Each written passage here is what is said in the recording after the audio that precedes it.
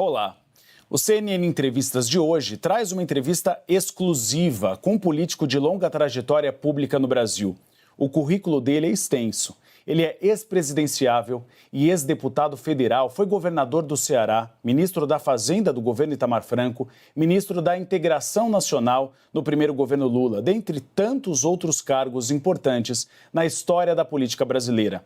Minha colega Thais Hered e eu recebemos Ciro Gomes. Ciro, seja bem-vindo à CNN Brasil e ao CNN Entrevistas. Muito obrigado, Gustavo. Thais, é um prazer muito grande. Cumprimento a todos. Gostaria de começar a nossa entrevista falando principalmente dessa nova profissão do senhor, que está escrevendo newsletter, virou colega nosso de jornalismo e também experiência agora de advogado. O senhor voltou a trabalhar no escritório de advocacia? Eu estou procurando achar graça em outros aspectos da minha vida fora da política, né?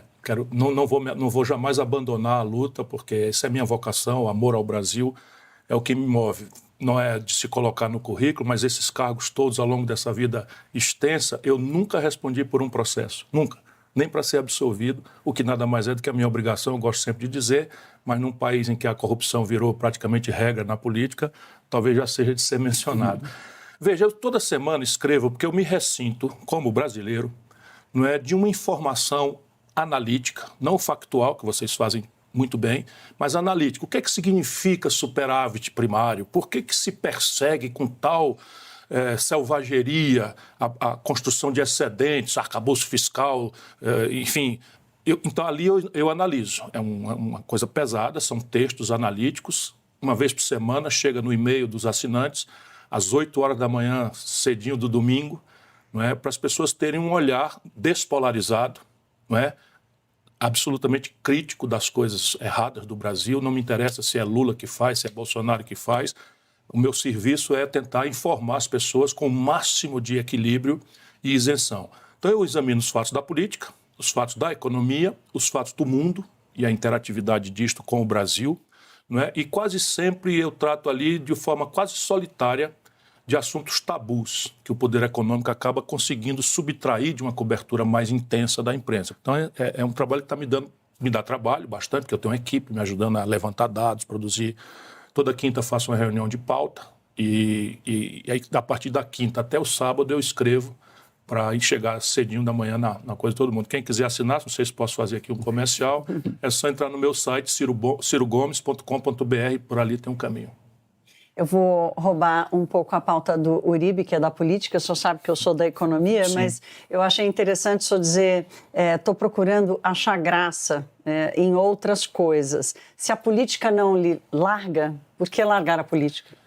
Veja, o que aconteceu em 2022 matou um pouco a minha paixão, não digo pelo povo, mas pela política como linguagem.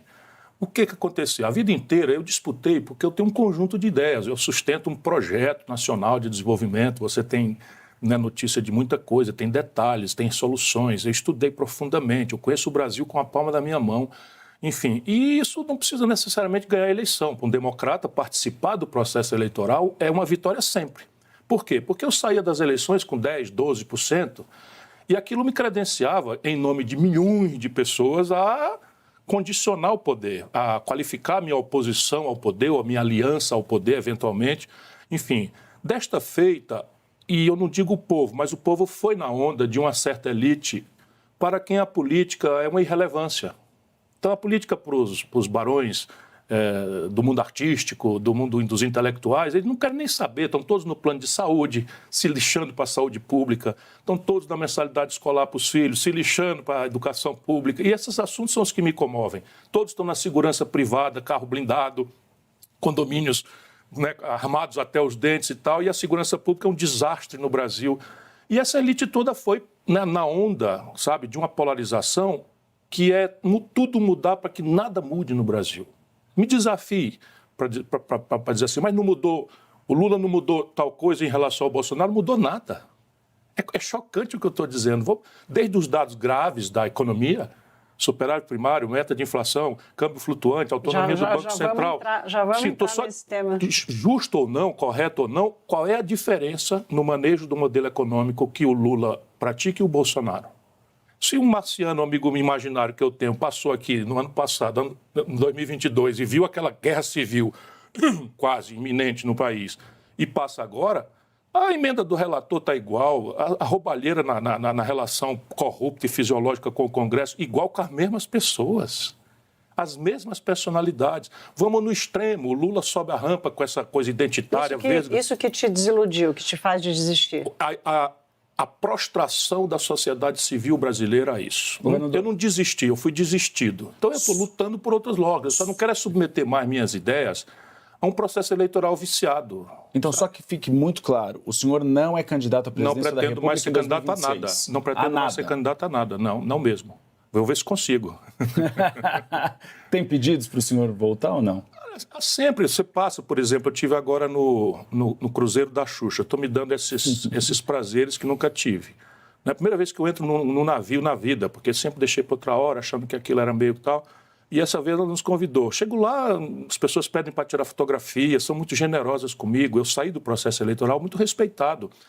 Houve um que me comparou, fiquei extremamente lisonjeado, com a seleção de 82. Diz que era uma seleção extraordinária, mas não ganhou nada.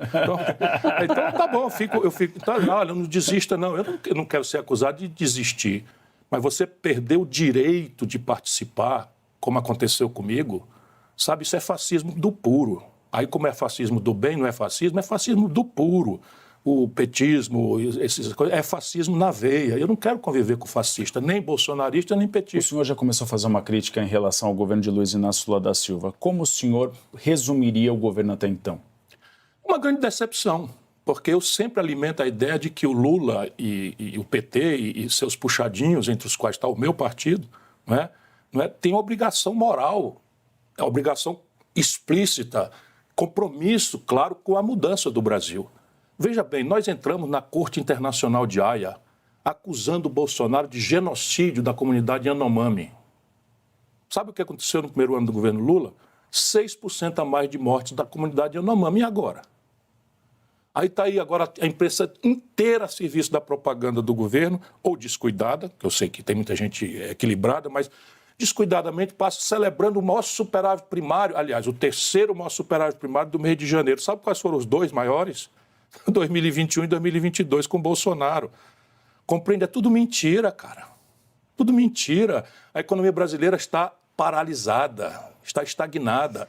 Aí eu vou entrar primeiro, dizer que aqui na CNN nossa cobertura é super imparcial. Eu sei disso, por isso que eu estou aqui. Por isso que eu estou aqui. Exato. Então, eu também não estou atendendo mais convites de imprensa, não. Que bom, então, que bom tê-lo conosco. Exatamente sobre economia, né? Comecinho de 2023, uma expectativa de que o Brasil não cresceria, o Brasil cresceu 3% no ano passado. Vamos examinar a inflação... isso? Não, a gente pode examinar, não tem ninguém mais crítica do que eu, né, governador?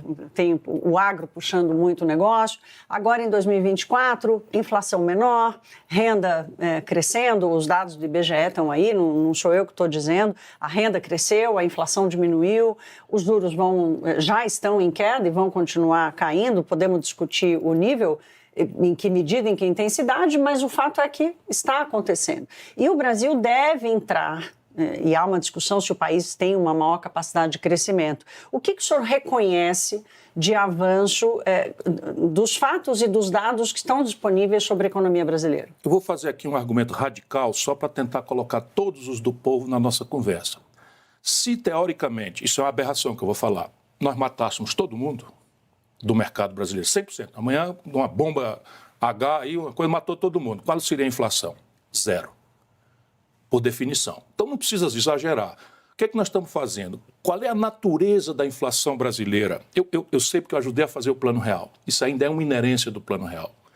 A inflação brasileira, que nós anotamos recentemente, é uma inflação de custos. Por quê? Porque nossos preços estão completamente indexados a câmbio, a dólar.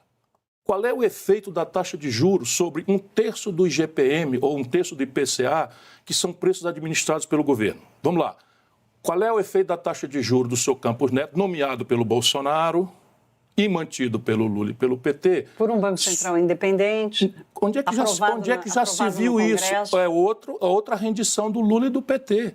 Só que lá na lei complementar de autonomia do Banco Central, feita uma votação inconstitucional, virtual, em plena pandemia, tocada pelo Lira, Arthur Lira, em plena pandemia, numa votação virtual, Ainda assim está previsto lá, no artigo 5º da 179, que é a lei complementar que criou, só no Brasil o Banco Central é desse jeito, só no Brasil, porque o FED norte-americano é mandatado por um mandato duplo, perseguir a menor inflação a pleno emprego.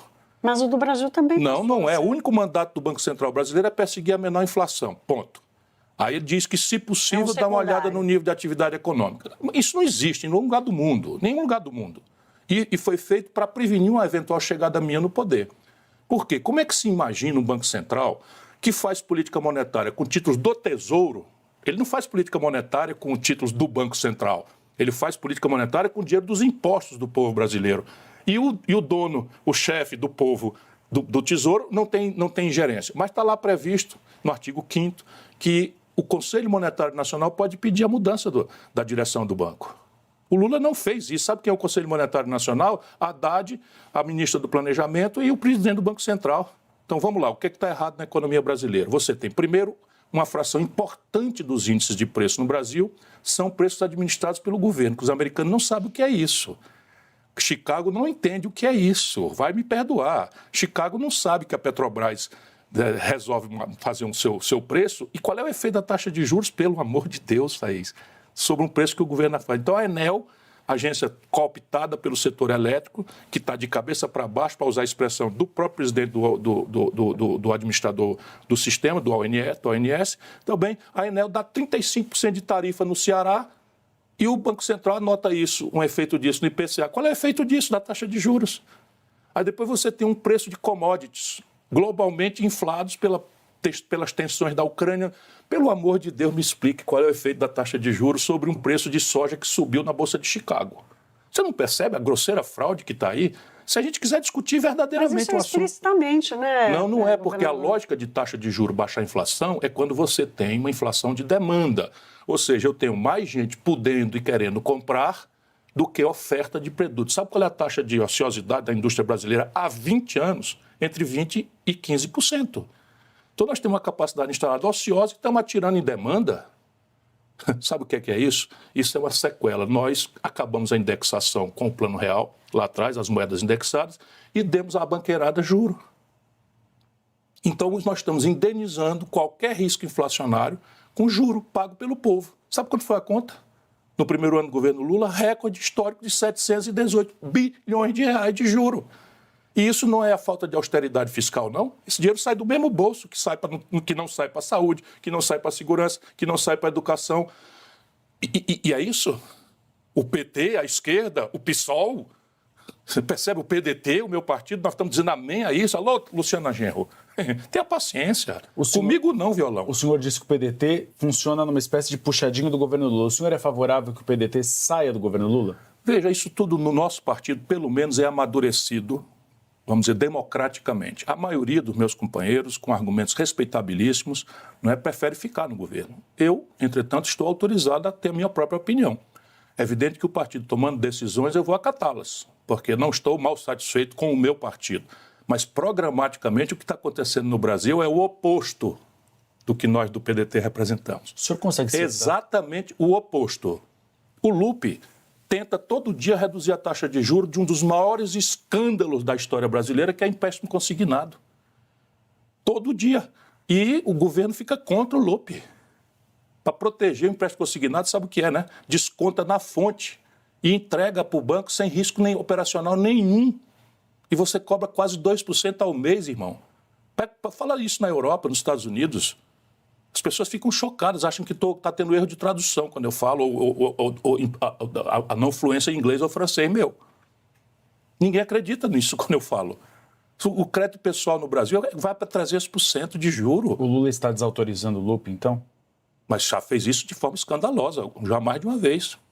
O senhor consegue citar um ponto positivo da tua gestão? Civilidade. Civilidade no trato das coisas da democracia. Isso é um valor relevante para quem tinha um bandido na presidência da República, um genocida que causou centenas de milhares de mortes. Você tem alguém do campo da democracia, sabe, com quem você pode dialogar, a quem você pode criticar, eventualmente sem correr o risco de amanhã levar um tiro. Enfim, percebe? Isso eu valorizo. Agora, isso é uma âncora que amarra a gente ao passado. O meu compromisso é com o futuro. Numa das suas newsletters, o senhor escreveu elogiando a política industrial que foi recém-lançada pelo governo. Procurou a Luiz Mercadante, presidente do BNDES, e depositou ali alguma esperança de que ela dê certo. Por quê? Porque é um conceito. A esquerda petista e seus puxadinhos, para não ser incoerente, né? Mas quando eu falo puxadinho, eu estou pensando no PSOL.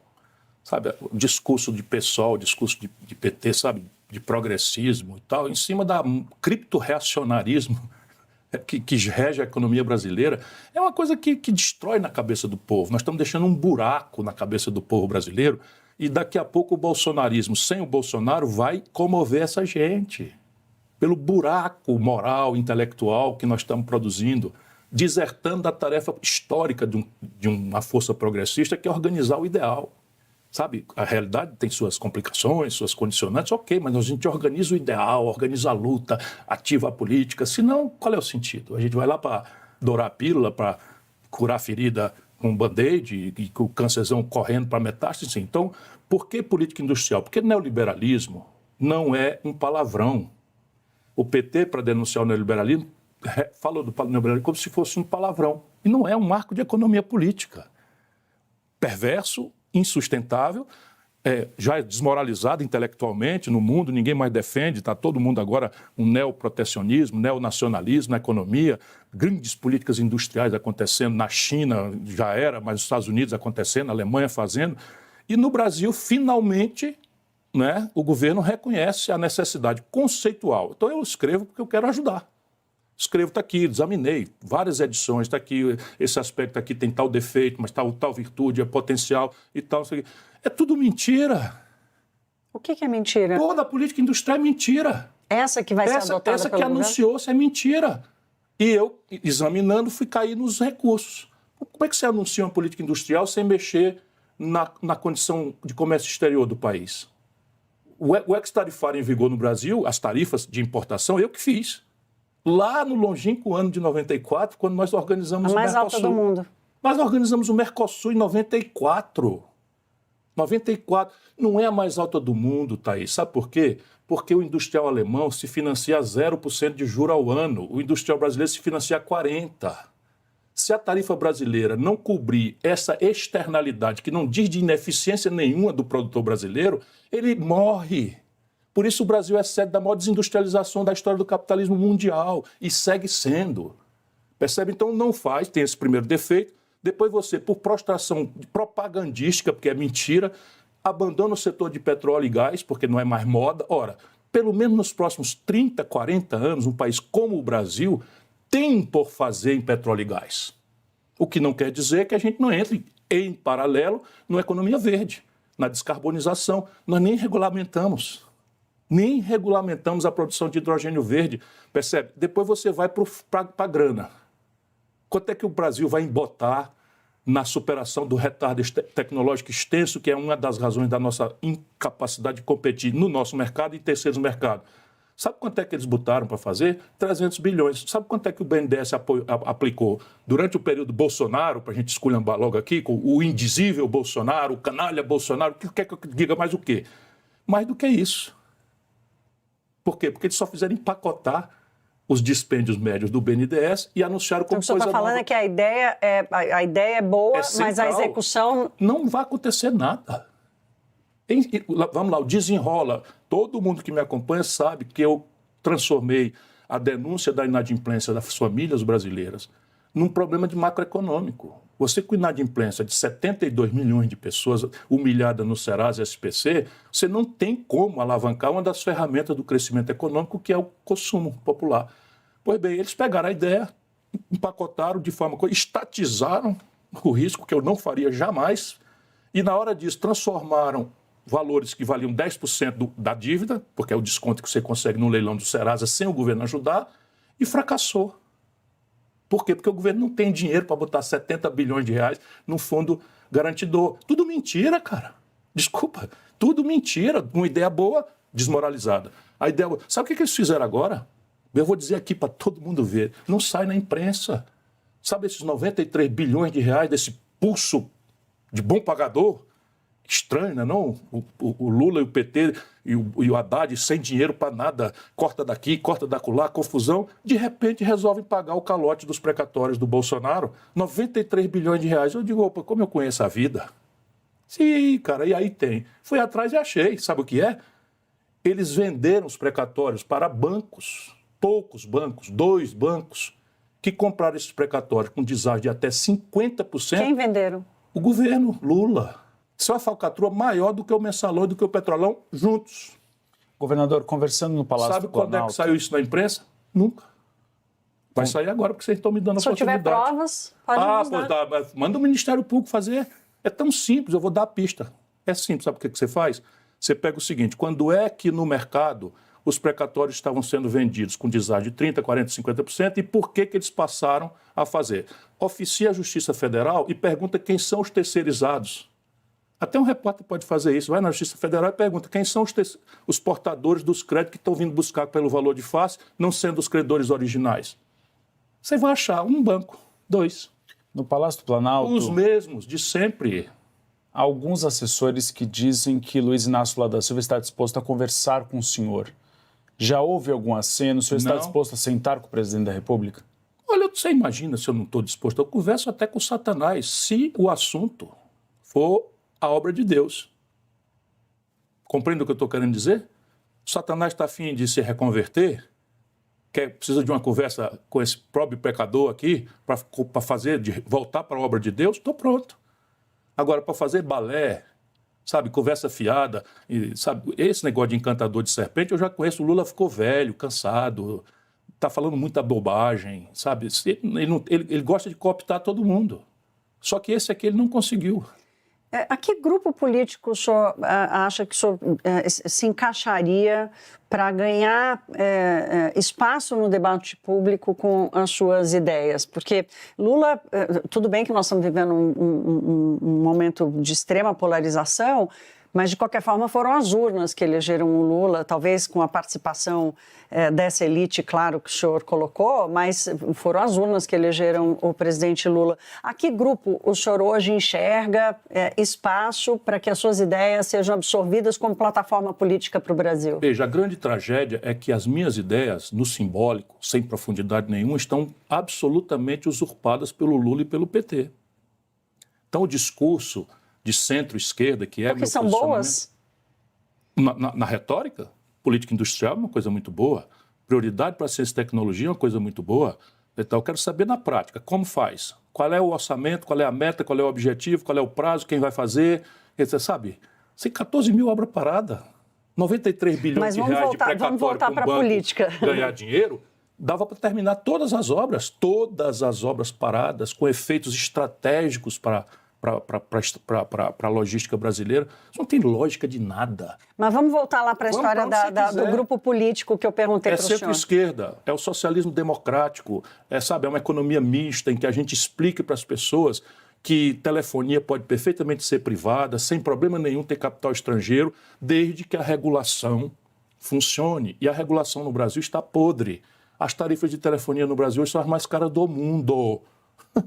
Sabe, energia elétrica, distribuição, zero problema de privatizar. Qual é o problema? O problema é a regulação, de novo, apropriar as agências, tudo corrompido.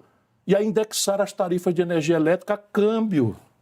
O país que tem a matriz energética mais limpa do mundo, de base hidráulica, quase metade, amortizou quase todas as suas grandes barragens, devia ter tirado esse peso de amortização das costas do consumidor brasileiro e da economia brasileira. Estamos pagando as tarifas mais caras do mundo. Você percebe que se a gente esculhambar o Bolsonaro por isso, estamos chovendo no molhado. E nós? E nós estamos fazendo o quê em relação a seja qual setor? Vamos lá, eu estou falando de setor elétrico, estou falando do investimento em ciência e tecnologia, estou falando da questão da desindustrialização do país, estou falando da questão da infraestrutura do Brasil.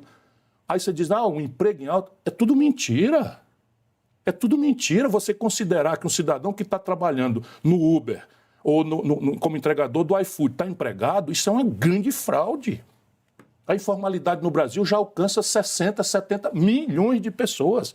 Sabe o que significa isso? Daqui 20 anos tem 50 milhões de velhinhos descobertos de qualquer cobertura previdenciária e lá não terá mais solução. Então, quem é que pensa no futuro no mundo? É a esquerda. É o pensamento progressista. Quem é que se preocupa com a humanidade? Não é a direita selvagem, patológica que nós temos no Brasil, não. E o que é que nós estamos fazendo em relação a isso? Governador, eu vou ter que chamar um rápido intervalo e a gente volta em breve com uma entrevista de Ciro Gomes aqui no CNN Entrevistas.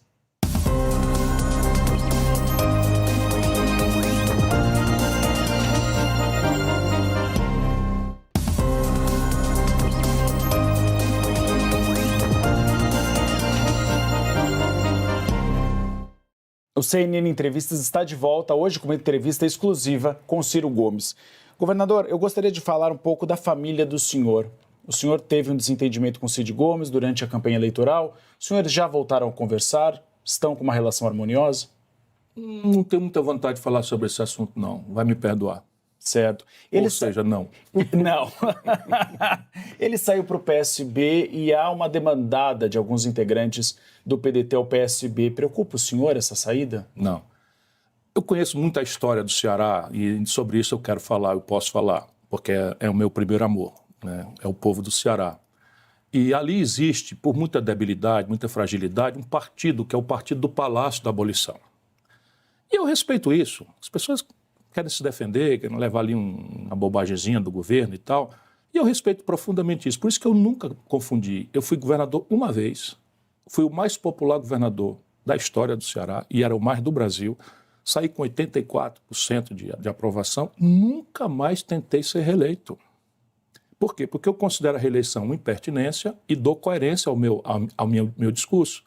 Pelas tantas, então, eu resolvi, me tornei inelegível por força de lei, aos 50 anos de idade, para criar uma liderança nova, com todos os dotes extraordinários, que é o Cid. Fiz um esforço imenso para abrir caminho para outra liderança nova, o Camilo Santana. E essas pessoas se reuniram, sabe, por pura vassalagem ao lulismo. O mesmo fenômeno que aconteceu no Brasil, ali não houve um desconto sequer para considerar que eu dei vida política a eles. Nem um telefonema, nada, zero. Então, assim, o senhor não conversa nem mais com o Camilo Santana? Não.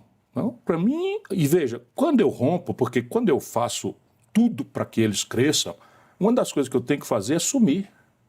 Nunca aceitei esse grau de recurso contra a decisão, senão não nasce uma liderança. Como o Lula nunca deixou nascer uma liderança perto dele. Me diga quem é o segundo petista. O Haddad, que era o cara que tinha perdido a eleição para a reeleição de São Paulo, que é um pau-mandado. A Dilma, que vinha de ser do PDT, sem tradição nenhuma e tal, para ele continuar mandando. Isso é uma estratégia de coronel que eu tenho horror a isso. E lá no Ceará nós temos um trauma com isso. E a turma do Bolsonaro ainda me chama de coronel, né? Então eu resolvi não ser candidato e me transformei em inelegível, porque o meu irmão, sendo governador, eleito e reeleito, eu não posso ser candidato a nada lá no Ceará. E o Tasso dizia, mas você está louco? Com 50 anos de idade? Não, pai, isso não dá vez às outras pessoas. O senhor acha que Jair Bolsonaro será preso? Vai ser. Mas eu espero que com a prudência e a franquia que ele tem direito, como qualquer bandido, mesmo que seja uma pessoa como ele, qualquer bandido tem direito a devido processo legal. E se o Supremo, por estrelismo, continuar fazendo bobagem, monocrática, decisões precárias, vai só cevar o argumento que cada vez mais faz ilegítima na opinião pública a sua conduta.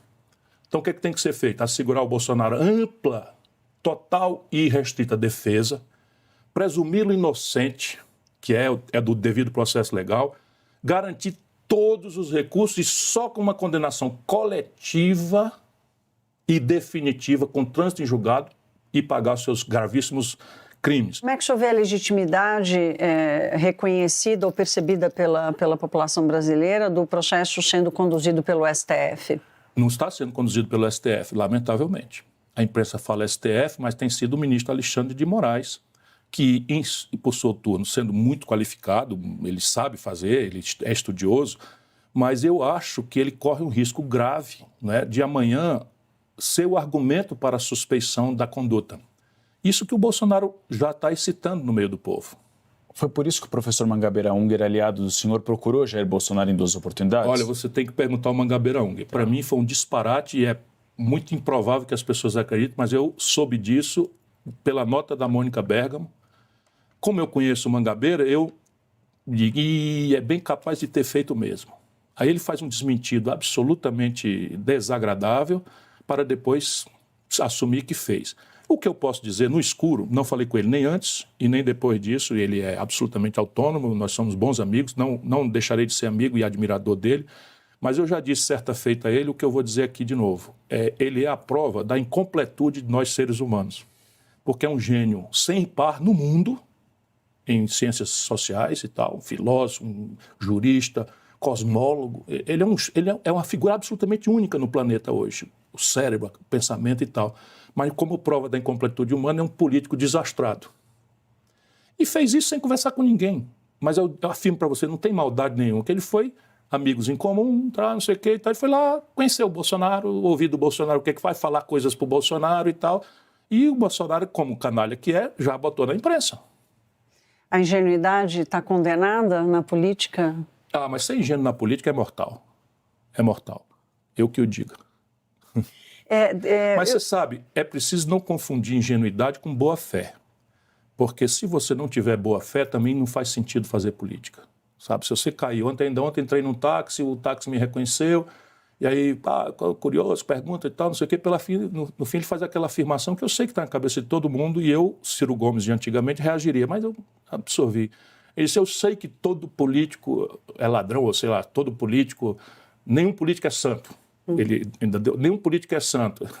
Pronto, é o que o povo pensa. Mas por quê? Porque se você não tiver boa fé, e se você não cultiva a decência só porque é importante cultivar, você vai cair na vala comum, você é um bobo. Minha mulher de vez em quando diz assim, a gente com dificuldade, me condeno aqui para pagar indenização ao Collor de Mello, condenado a 9 anos de cadeia, eu estou obrigado a indenizar por dano moral, porque critiquei o Collor fazendo o meu exercício de político, o que é pacífico na legislação, o que é pacífico na jurisprudência, o Tribunal de São Paulo me condena a pagar uma indenização completamente criminosa, quase R$1 milhão que eu não tenho. Aí minha mulher dizendo, tá vendo? A bobagem que você fez, renunciou a 3 pensões, 3 aposentadorias, porque eu fiz isso. Ex-governador, ex-prefeito, ex-deputado, tinha direito a essas imoralidades do Brasil, essas 3 aposentadorias, e eu não renunciei agora, não renunciei na data. Mas assim, é de boa fé, eu não quero, que moral eu teria de estar falando o que eu falo aqui se eu tivesse sustentado pelo povo do Ceará com 3 aposentadorias. Mas hoje faz falta, os remédios estão caros para valer. Qual é o prognóstico que o senhor faz para o Brasil nos próximos anos, na tentativa de se firmar como um líder, por exemplo, da questão da mudança climática, da transição energética? Como é que o senhor enxerga o reconhecimento do Brasil nesse papel, independentemente das figuras aqui que o senhor já tratou de nomes? O país como vocação e a forma como ele caminha para lá? As potencialidades do Brasil talvez são a maior dor que eu sinto. E, aliás, eu vou só parafrasear o Darcy Ribeiro. Assim, sabendo o Brasil que nós poderíamos ser, é a maior dor que eu sinto ver o Brasil como é. Percebe? E é o seguinte, esses potenciais estão postos. Nós temos 8.400 quilômetros de litoral, com ventos sazonais relevantes, ou seja, nós podemos ser a maior plataforma de energia eólica do mundo, não conseguimos até o presente dia regulamentar a energia eólica offshore. Por quê? Porque os canalhas de Brasília, e isso é o neoliberalismo à brasileira, estão enxertando em todos os passos da reconversão energética, da descarbonização, da energia solar, estão enxertando a conta do pagamento de termoelétricas sujas a carvão e a diesel, desligadas, que tem o status de receber take or pay, dados pelo Fernando Henrique, que o Lula mantém. Resultado é inviável, porque o take-off de uma energia nova é caro. Se você ainda em cima disso enxertar subsídios corruptos à energia velha que tinha que ser assassinada e enterrada, percebe? Então você tem problemas, o Brasil está importando derivados de petróleo, 25% do diesel que circula nos ônibus de São Paulo, interferindo o câmbio na tarifa de ônibus do povo. E o setor de transporte coletivo, pela uberização, por não sei o que e tal, está definhando no Brasil. E nós estamos importando do estrangeiro óleo diesel. Por quê? Porque a marina, o marinismo, contaminado pelas coisas da Alemanha, da Itália, tal, acham que petróleo é uma coisa que está... Eu também acho. Mas a nossa emergência de reconversão não pode abandonar o fato de que o Brasil tende a ser um dos maiores produtores de petróleo do mundo, ainda por 30 anos. E aí nós estamos virando aquilo que é o projeto Lula-PT para o Brasil, um exportador de óleo bruto, de produto barato, sem valor agregado, e um importador de produtos industrializados. Tenha santa paciência. Importar óleo diesel, querosene de aviação do estrangeiro, com capacidade extraordinária do que o Brasil tem, de verticalizar aqui, transferir para a sociedade brasileira a eficiência da Petrobras, que produz um barril de petróleo no pré-sal por grande escala por $8 antes dos impostos. $8! Aí estamos obrigando o povo brasileiro a pagar 80, porque a Rússia invadiu a Ucrânia. Tenha paciência, percebe? O Brasil que a gente pode ser não tem limite. Agora, repare, a Amazônia. Como é que a gente resolve com a Amazônia? O Lula vai em Paris, pega carona num espetáculo de música dos artistas, no Champs-Élysées, e anuncia, diante de uma grande ovação, desmatamento zero. Hoje está acontecendo o recorde de queimadas na Amazônia. Hoje. Aí encolheu, comparando com o Bolsonaro. Claro que encolheu, porque o Bolsonaro desmontou as estruturas de comando e controle na região. A Marina voltou, o ICMBio, o IBAMA, a multar as pessoas. Então as multas cresceram 200%, 300%. É isso que vai resolver o problema da Amazônia? Repressão? Tira o cavalo da chuva. 40 milhões de brasileiros, a França quase toda, vivem na Amazônia Legal. Governador, a gente já está caminhando para o final. Eu tenho duas últimas perguntas. Qual é o projeto para a Amazônia de reconversão produtiva? Como é que nós vamos ensinar para as pessoas que só sabem desmatar para fazer mineração, desmatar para tirar madeira, desmatar para criar gado, desmatar para plantar? E agora fazer as pessoas aprenderem que a floresta em pé vale muito mais. Claro que vale muito mais. Mas como é que eu vou... Sabe, zoneamento econômico ecológico, reconversão produtiva, financiamento, acesso a mercado, sistemas de empresariar coletivamente para ganho de escala. Nada disso está sequer imaginado. Isso é a deserção máxima do pensamento progressista brasileiro. O senhor disse que... E os artistas estão batendo palma para isso. Os intelectuais, tudo dizendo amém, porque senão o Bolsonaro volta. Vá pro diabo. O senhor disse que o Lula tem falado bobagens. Por que o senhor considera que ele tem falado bobagens? Porque é muito, irmão. É muita bobagem. Muita. A última agora tem gravíssimas sequelas para nós, brasileiros, e para a humanidade, potencialmente. Mas por que falta assessoramento? O Lula é aquilo que eu chamo de arrogância ignorante. Né? É uma ignorância arrogante. Porque nós, quando ignoramos as coisas, a gente é modesto. A gente pergunta. A gente pede assim, Ciro, fala sobre uma coisa assim. Eu prefiro não falar sobre esse assunto. Olha, eu não estou preparado para responder isso. Não, ele se sente o cara. E que conselho o senhor daria para Luiz Inácio Lula da Silva hoje? Sabe, largue de querer ser popstar estrangeiro e venha trabalhar aqui. O Lula tem essa virtude, ele é muito trabalhador, muito trabalhador. O Bolsonaro era um preguiçoso. Né? Tem muita gente no Brasil também não sabe a extensão da preguiça. Né? Venha para cá, melhore a sua equipe. É uma equipe indizível. Indizível, de gente deslumbrada. Se você pegar imprensa, a minha newsletter está fazendo. Se a quantidade de dinheiro que essa gente está gastando para viajar, para se exibir em mau português no estrangeiro e comparar com o gasto na ponta, é um desastre. É um desastre completo. Tudo por quê? Porque montou uma equipe para fazer esse identitarismo vesgo de Araque, sendo questões graves, entendeu? Aí você vê o orçamento. Então você tem um Silvio Almeida que é extraordinário. Pega o orçamento dele, nada.